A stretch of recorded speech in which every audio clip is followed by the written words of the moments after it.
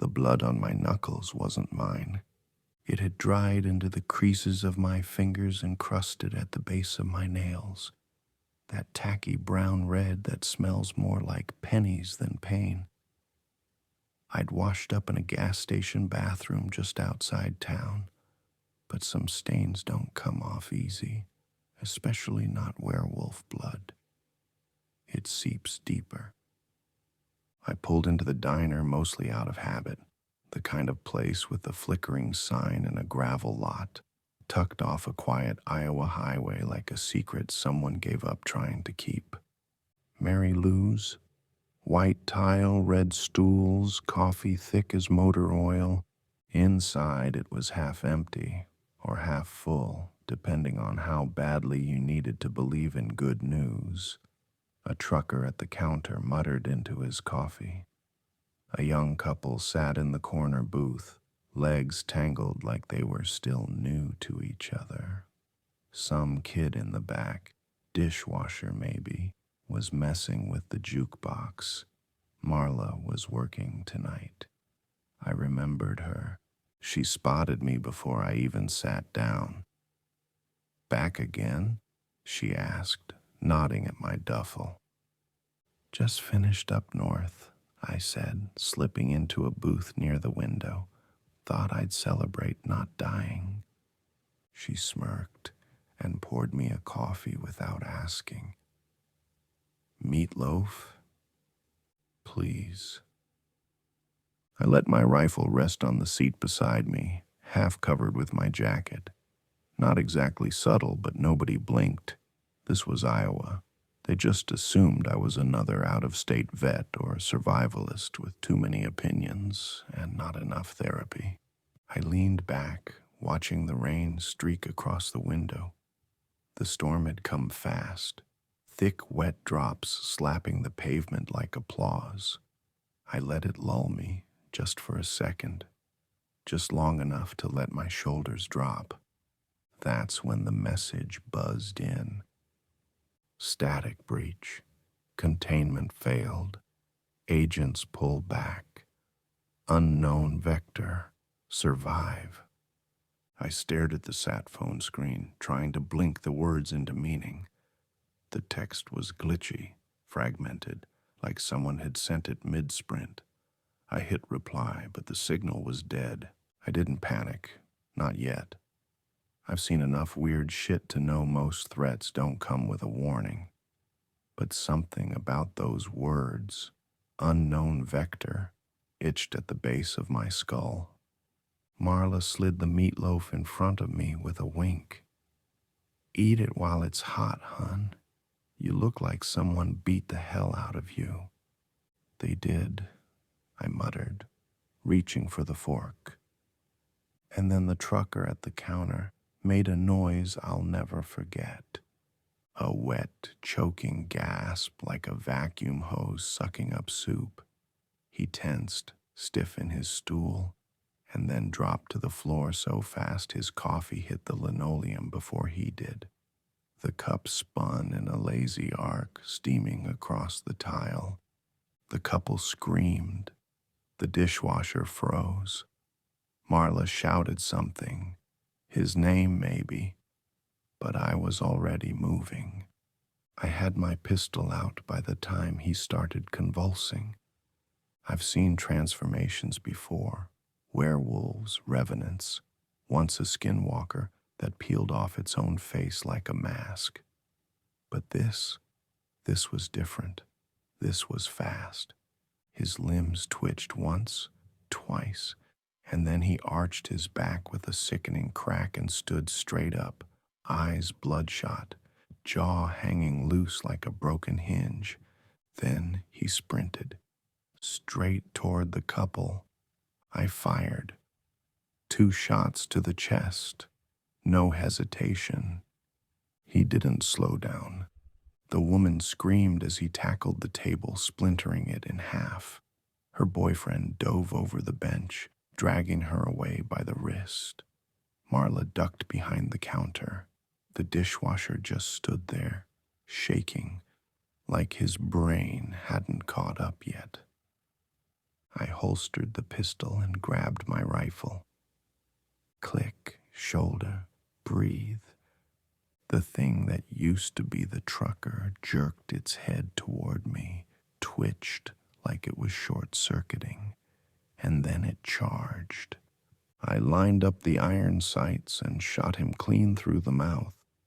He dropped mid-sprint, slid another 2 feet, blood skidding across the tile like someone spilled a gallon of ink.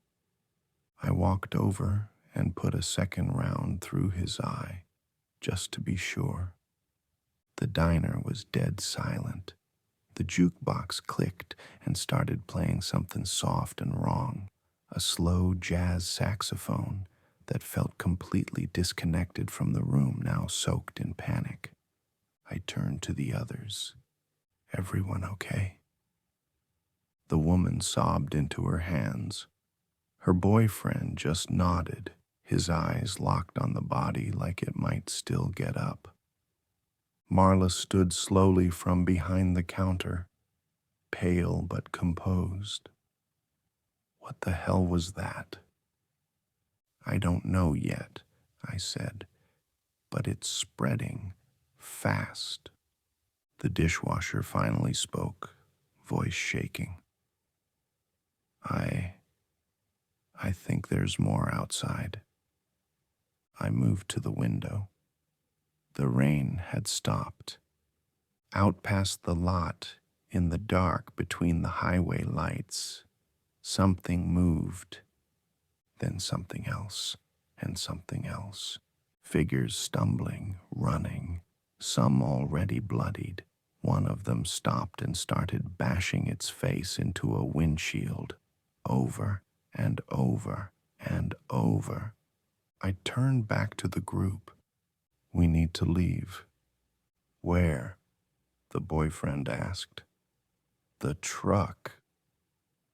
Won't make it far. We need higher ground and weapons. You have weapons, Marla said, eyes narrowing. I slung the rifle back over my shoulder and grabbed my duffel. Then stay close. Because the storm hadn't passed. It had just changed shape, and hell was finally walking. I shoved open the diner's back door and scanned the alley. It was empty, for now. Move, I said, not yelling, just loud enough to cut through the panic. Now. Kenny, the dishwasher, was the first out. Poor kid didn't even have real shoes on. Just cheap foam slides and blood on his shirt that wasn't his. Grace and her boyfriend followed. He kept glancing over his shoulder like if he looked long enough, the trucker would be sitting up again. Marla locked the door behind her, but I could hear them already, slamming against the diner windows, groaning low and hungry. Not animal sounds, not human either, just wrong.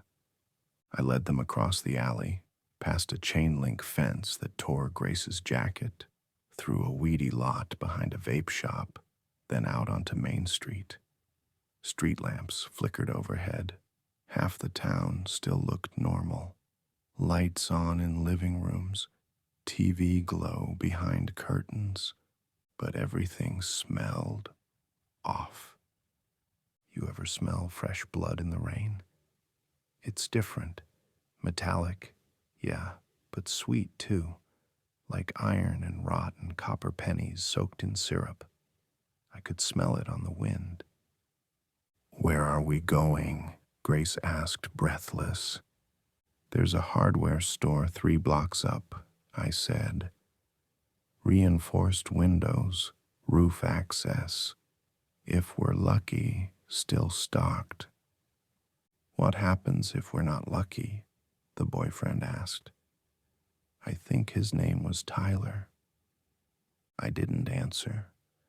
They started coming from the side streets, 1 here, 2 there, sprinting barefoot, jaws open, clothes soaked in dark stains. A few had bits of meat still stuck in their teeth. I told them to keep moving. But Tyler broke first.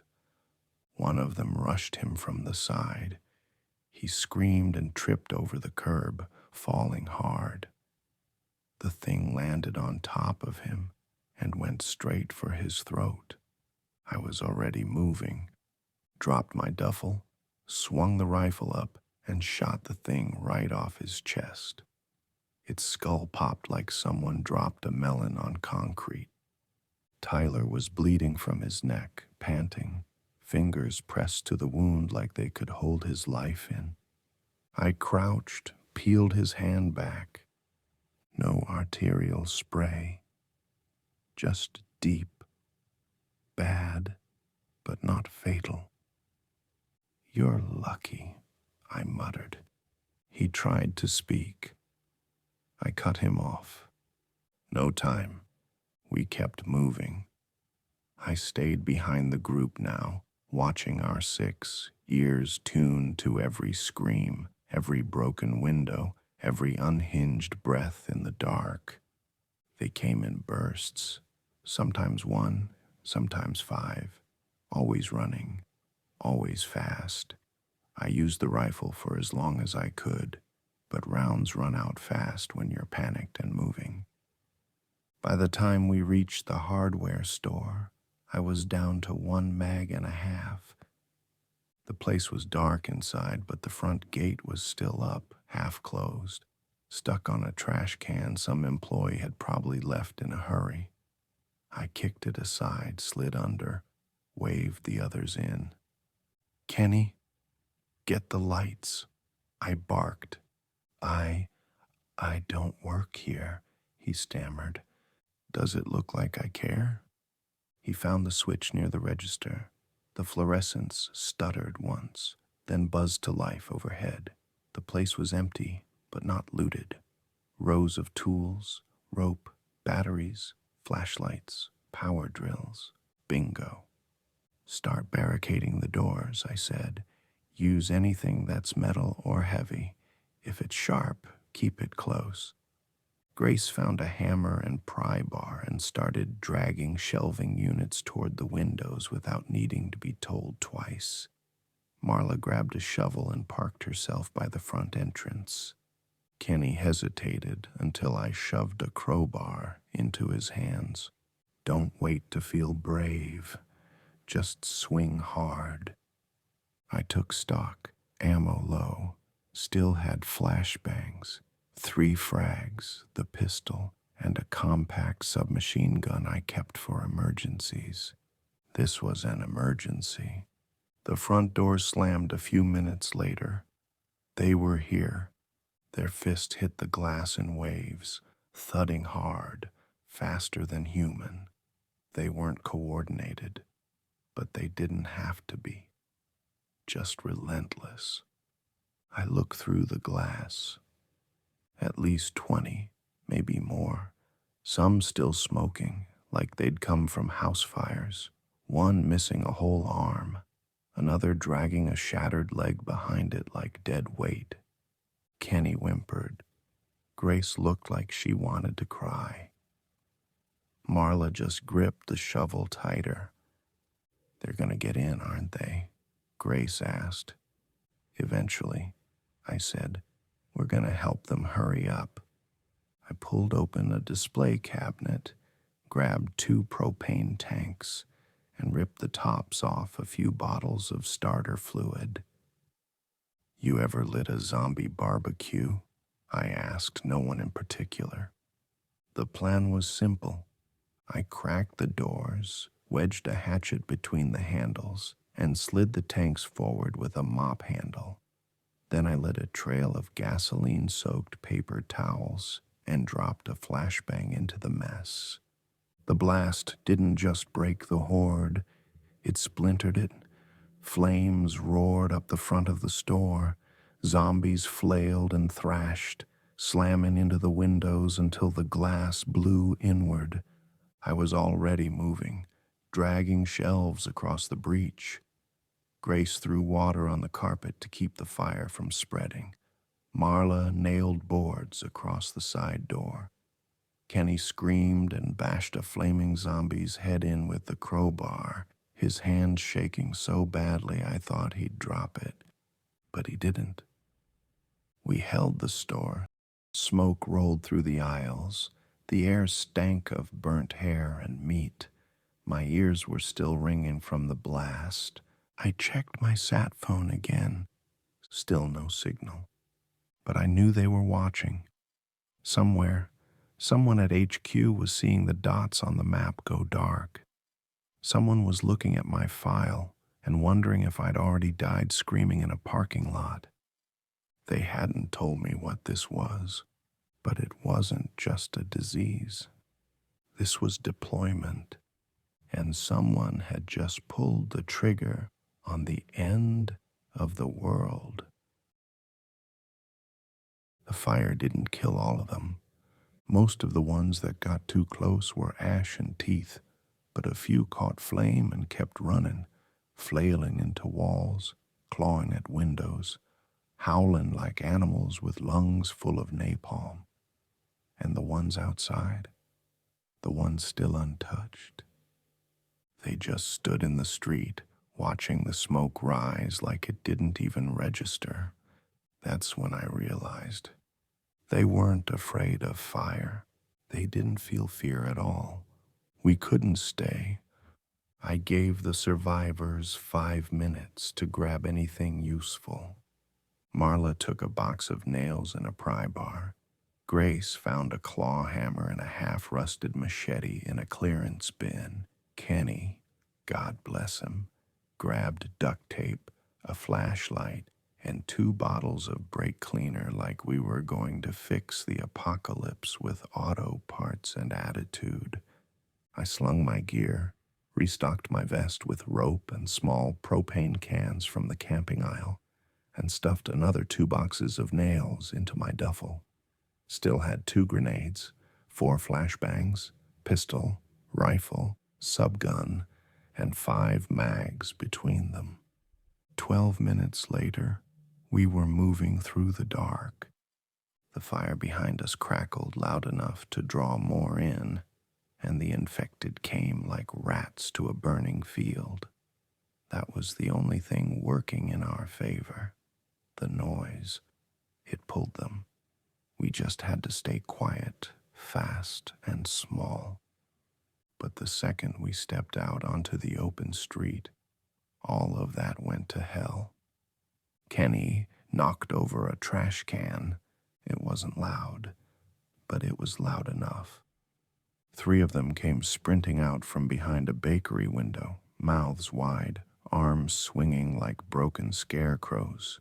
One of them had no lips, just gum and teeth and blood stringing down its chin like drool. I dropped one with a clean shot through the forehead. The second I put down with a burst from the SMG. The third got close. Too close. I caught its jaw with the rifle stock and heard the crack, bone or wood, not sure which. Then I stomped its knee backward and drove the bayonet into its neck, straight through the windpipe. It spasmed once, then crumpled. Tyler would have panicked, but Tyler was already gone. But Kenny didn't freeze this time. He jumped forward and brought that crowbar down on the skull, just to be sure. His hands were shaking again, but something had changed in his eyes.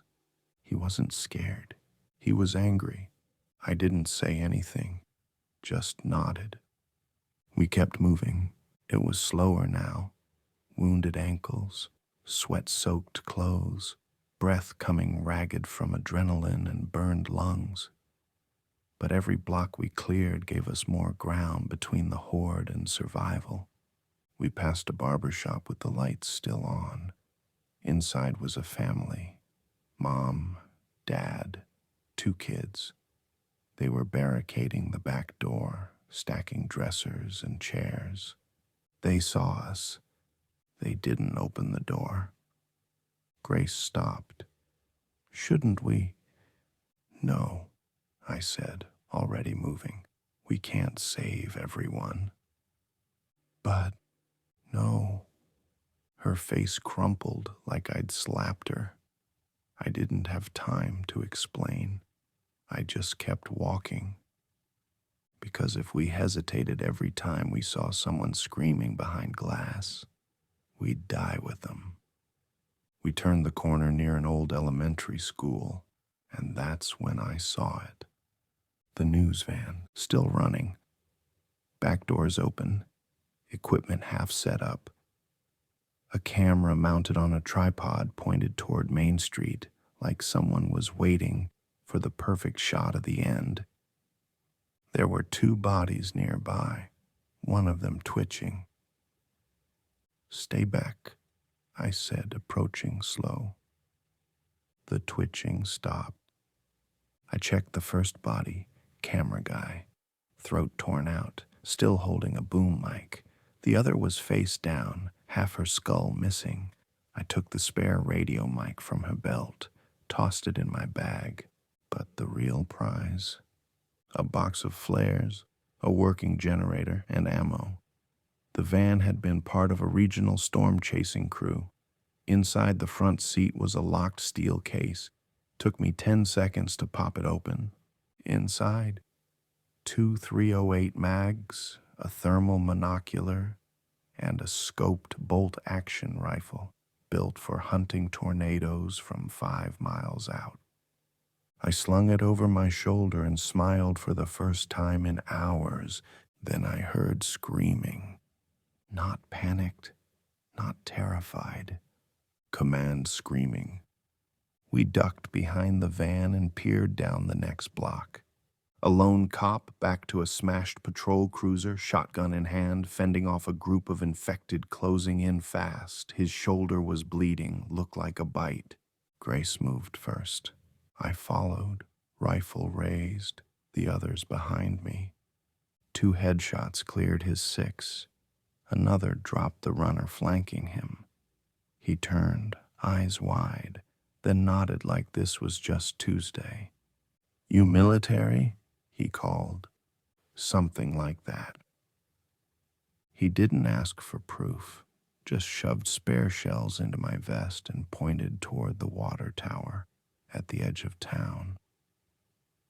They were pulling people out by chopper, roof extractions. Didn't say how many, said Dawn. How long ago? Hour, maybe less. You bitten? Scraped. That was a lie, but I let it slide. He helped us back to the cruiser. Only one door worked, but there was a map inside, hand-drawn evacuation routes, marked gas stations, a red-circled Rally Point Bravo scrawled in thick Sharpie near the old post office. I took it as gospel. We moved out again, this time faster, flares ready, weapons loaded, adrenaline sharp enough to taste. The dead were still everywhere, but now we had a plan. The post office looked like shit. Windows boarded, mailbox overturned, 2 cop cars abandoned out front with doors swinging open. One of them had blood on the hood, not fresh, not dry. That in-between state where it glistens under moonlight and smells like copper spit. But it had a flat roof, internal stairwell, and only 2 ways in. That's as good as it gets on a night like this. We went in quiet. The front lobby had been half converted into a checkpoint. Sandbags, folding tables, a plastic cooler filled with melted ice and old water bottles. Someone had tried to hold out here. Might have been National Guard. Might have just been smart locals with bad luck. There were 3 bodies inside, all shot in the head, not infected. Mercy kills. Marla whispered something behind me. A prayer, maybe. I didn't ask. First thing I did was sweep the rooms, cleared the mail slots, sorted boxes, checked closets. No movement, no threats. I locked the loading dock, secured the emergency exit with a crowbar jammed through the push bar, deadbolted the front. Then I hit the lights and started fortifying. I'm not going to pretend I wasn't tired. My left shoulder was bruised to hell from recoil. My hands were raw from gripping steel and fire, and I'd been running on caffeine, adrenaline, and spite since sunset. But I didn't stop, because the dead don't stop. They don't wait for you to sleep. They don't care that you're scared or sore or just a guy who wanted some damn meatloaf. So I kept moving. Grace helped me push filing cabinets in front of the stairwell. Kenny ran power cords to the roof from the supply closet. Marla found a box of old mailroom tools and handed me a crowbar, a box cutter, and a roll of wire. I made do. The plan was simple. Hold the roof. We'd light flares at dawn, signal the chopper. Simple doesn't mean easy. By midnight, they'd found us.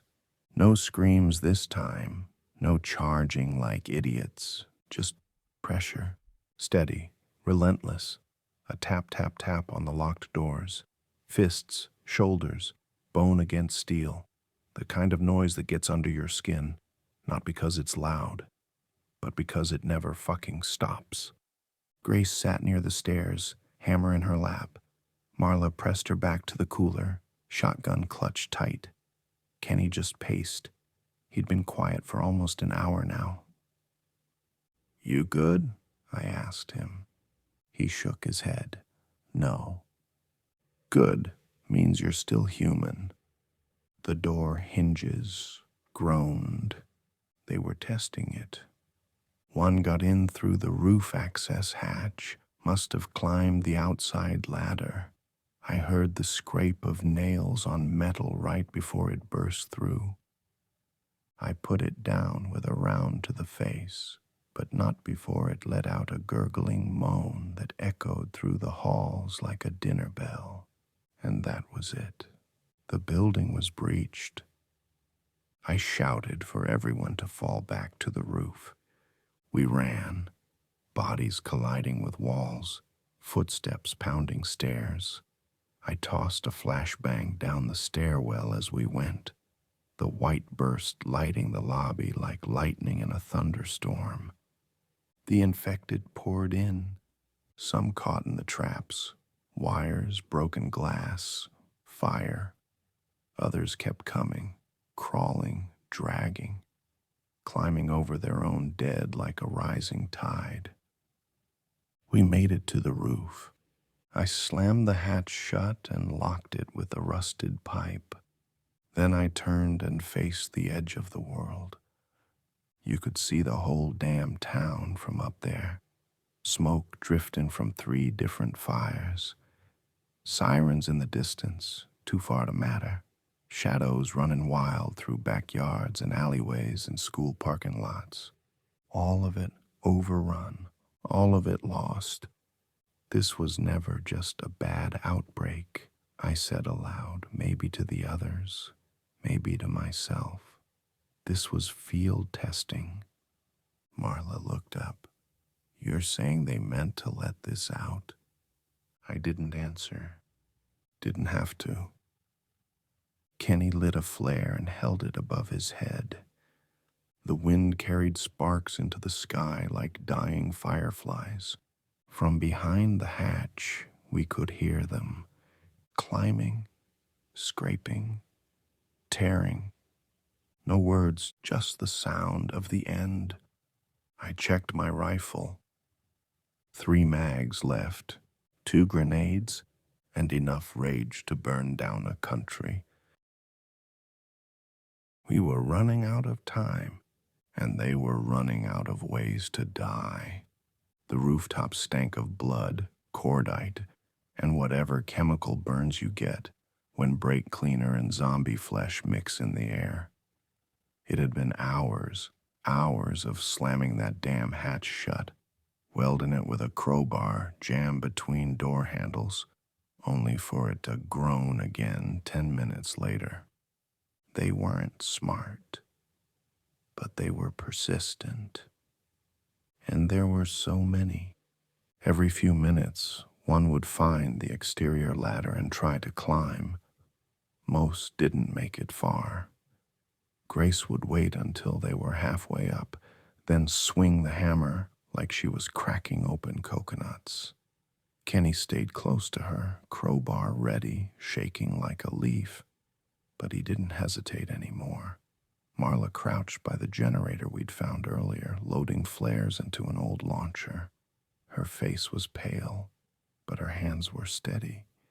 Me, I was doing what I was built for, securing the perimeter, watching the city burn, and waiting for evac that might never come. Around 3 a.m., the infected found the rooftop hatch again, and this time they forced it open. We were ready. I tossed the last flashbang into the stairwell and followed it with a frag grenade. The boom sent bodies flying up through the opening like puppets whose strings had just been yanked. I lit a propane canister, kicked it into the breach, and watched the fire roll upward like a wave. The air ignited, screams, then silence. But it wasn't over. We held them off for another 3 hours. Every 10 minutes, another group climbed. Every 10 minutes, we killed them. I was down to 2 full mags, a few pistol rounds, and 1 smoke grenade I'd been saving for extraction. Grace's hammer was dented and covered in dried black. Kenny's arms were trembling from fatigue. Marla's ankle was swelling twice its size, but she still pulled her weight. No one gave up, because giving up meant becoming them. At 6:52 a.m., the sky turned the kind of orange that never means good news. I heard the chop first, slow, heavy, military. Then I saw it. Blackhawk, no markings, tail dipped low, searchlight off, silent approach, just like they taught us in covert extractions. Signal it, I said. Kenny pulled the smoke pin. Red haze burst and whipped sideways in the wind. I waved my flashlight in wide arcs. They saw us. The rope dropped fast. Priority extraction for more, someone shouted from above, voice crackling through a megaphone. Get them up first, I yelled. Grace didn't argue. She hooked in. They pulled her fast. Kenny went next, then Marla, strapped in with a makeshift sling. By the time I grabbed the rope, they were swarming the roof again. One climbed the ladder. Another came through the roof hatch, half charred but moving. I fired 3 rounds, dropped both, then clipped into the line and gave the signal. The Blackhawk lifted. The rooftop disappeared beneath me, a sea of pale arms and open mouths, 100 of them, maybe more, crawling over each other, piling onto the structure we'd held all night like ants on a carcass. I didn't look down again. Inside the cabin, 2 agents waited. Black armor, sealed helmets, no insignias. One of them pulled the side door shut. More? The taller one asked. Yeah. He handed me a folder. No smile, no nod, just a dead stare behind mirrored lenses. New orders. You're being rerouted to Nebraska. Of course I am. Containment is in progress. Is that what we're calling this now? He didn't answer. Grace was sitting against the wall, face blank, hands shaking. Kenny looked like he was going to throw up, but kept it together. Marla was breathing heavy through gritted teeth, ankle wrapped tight. They were alive. That's what mattered. I leaned my head back and closed my eyes for the first time in hours. And for the first time in my career, I felt it in my bones. This wasn't a one-off. This wasn't a breach. This was just day one. If you're still breathing, go ahead and like the video. Subscribe if you dare. There are plenty more nightmares waiting for you.